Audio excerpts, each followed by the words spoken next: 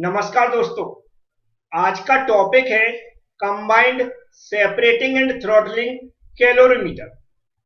जो combined separating and throttling calorimeter है उसको समझने से पहले आप लोग, मैं पहले समझा चुका हूं separating calorimeter and throttling calorimeter, दोनों पे सेपरेट वीडियो बना चुका हूं। तो दोनों लेक्चर को अच्छे से समझ लें और देख लें, तभी आपको combined separating and throttling calorimeter समझ में आएगा। तो अब समझते हैं कि जो दोनों को कंबाइंड किया गया तो क्यों किया गया।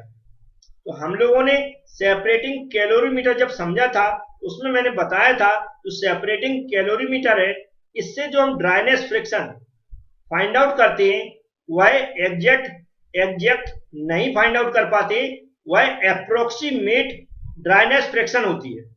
क्योंकि जब हम मैकेनिकली सेपरेट करते हैं वाटर के पार्टिकल्स स्टीम में से, तो वहां पर स्टीम के अंदर कुछ ना कुछ वाटर के पार्टिकल्स मौजूद रह जाते हैं, इसलिए वहां पर एग्जैक्ट जो हमारी ड्राइनेस फ्रिक्शन है वह फाइंड आउट नहीं हो पाती। जबकि जो थ्रॉटलिंग कैलोरीमीटर है, जो थ्रॉटलिंग कैलोरीमीटर है, इसका जो उपयोग किया गया है वह वेरी वेट स्टीम के लिए। वेरी वेट स्टीम का मतलब है स्टीम में जब ज्यादा वाटर के पार्टिकल्स मौजूद हो तो उसके लिए थ्रॉटलिंग कैलोरीमीटर का उपयोग किया जाता है, उसकी ड्राइनेस फ्रिक्शन को फाइंड आउट करने के लिए। लेकिन दोनों को जब कंबाइन कर दिया जाए तो कुछ हद तक जो हमारी ड्राइनेस फ्रिक्शन है उसको हम फाइंड आउट कर पाएंगे, मतलब लगभग कह सकते हैं एग्जैक्ट के रूप में हम उसको फाइंड आउट कर पाएंगे। तो इन दोनों का एक्सपेरिमेंट है वह कैसे करते हैं, जो डायग्राम यहाँ पर बना हुआ है, कैसे हम ड्राइनेस फ्रिक्शन को फाइंड आउट करेंगे, ये मैं आगे बताने वाला हूं। आप लोग ध्यान से सुनेंगे और समझेंगे।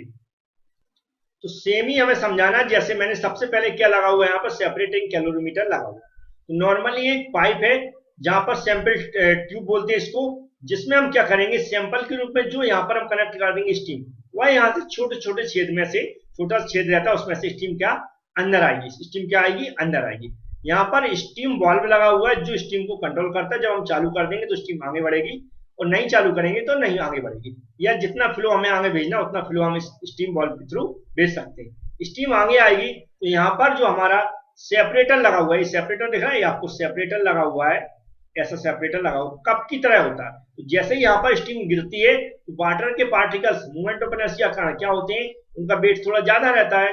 अगर स्टीम की तुलना में देखें तो यहाँ गिरते ही स्टीम जल्दी ऊपर को उठ जाती है, तो जल्दी जैसे ही ऊपर को उठेगी तो इधर उधर भागेगी, इधर ऐसा जहां पर खुला एरिया दिखता है उसको उधर की ओर वो चली जाती है। जैसे यहाँ पर एरो दिखाया है, मतलब ये क्या है, स्टीम का डायरेक्शन दिखाई कि स्टीम ऐसी ऊपर को गई है। और वाटर क्या है वो एकदम से ऊपर नहीं उठ पाएगा, तो वाटर क्या है नीचे को, यहाँ पर नीचे सेपरेट हो जाता है, नीचे चला जाता है ना, धीमे धीमे नीचे जाएगा।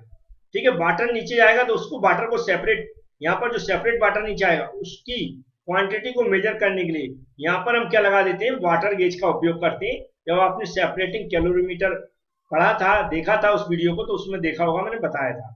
ठीक है, तो इसलिए हम क्या करते हैं, जो सेपरेट वाटर है उसकी हम क्या कर सकते हैं, यहाँ से जो मास उसको फाइंड आउट कर सकते हैं।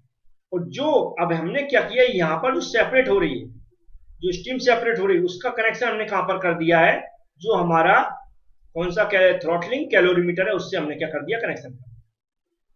थ्रॉटलिंग कैलोरीमीटर से कनेक्शन के बाद यहाँ से क्या हुआ, स्टीम जो यहाँ से सेपरेट हो रही है वह एक पाइप के थ्रू कनेक्शन किया उसमें जा रही है, तो उस स्टीम का प्रेशर हमने मेजर कर लिया है। क्योंकि जब थ्रॉटलिंग कैलोरीमीटर का हमने जो फॉर्मूला पढ़ा था उसमें बताया था ये सब, यहाँ डायरेक्ट मैं बता रहा हूँ, ऐसा फॉर्मूला कोई यूज नहीं कर रहा, डायरेक्ट हमने क्या किया, प्रेशर गेज से प्रेशर को मेजर कर लिया। ठीक है, तो प्रेशर गेज से प्रेशर को मेजर किया हुआ है, जो स्टीम यहाँ से जिसका प्रेशर मेजर कर लिया, जो यहाँ से आ रही है, जो हमारी सेपरेट कैलोरीमीटर से आ रही है सेपरेट होके, वह आगे जाएगी जहाँ थ्रॉटल वाल्व लगा हुआ है। क्या लगा हुआ, थ्रॉटल वाल्व लगा हुआ है, इसके थ्रू हम क्या कर रहे हैं, नीचे को भेज रहे हैं, जहां पर 2 कंटेनर यूज किए जाते हैं। जहां आपको दिख रहे होंगे एक प्रेशर गेज लगा हुआ है, जो यहाँ पर एक थर्मोमीटर भी लगा हुआ है और एक आउटर गेज लगा। इसमें क्या हो रही है, यहाँ पर जो आपको दिख रहा होगा थर्मोमीटर लगा, थ्रॉटल वाल्व का यूज तो मैंने बताया था थ्रॉटलिंग कैलोरीमीटर में। तो थ्रॉटल फिर से एक बार रिपीट करते हो, तो थ्रॉटल वाल्व लगा, यहाँ पर क्या कर रहा है, जो स्टीम यहाँ पर आ रही है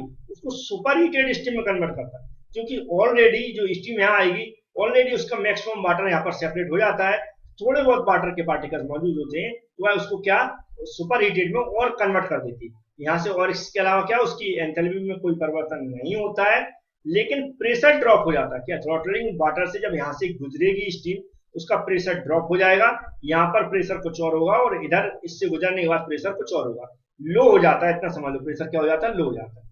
फिर हमने इससे पहले इसका टेम्परेचर भी मेजर करते हैं, लेकिन फिर इसके अंदर आने के बाद मतलब यहाँ पर प्रेशर के साथ टेम्परेचर भी मेजर किया जाता है। यहाँ पर थर्मोमीटर भी लगा जाता है, एक थर्मोमीटर यहाँ पर भी लगा जाता है, यहाँ नहीं दिखाया गया मतलब लगा रहता है।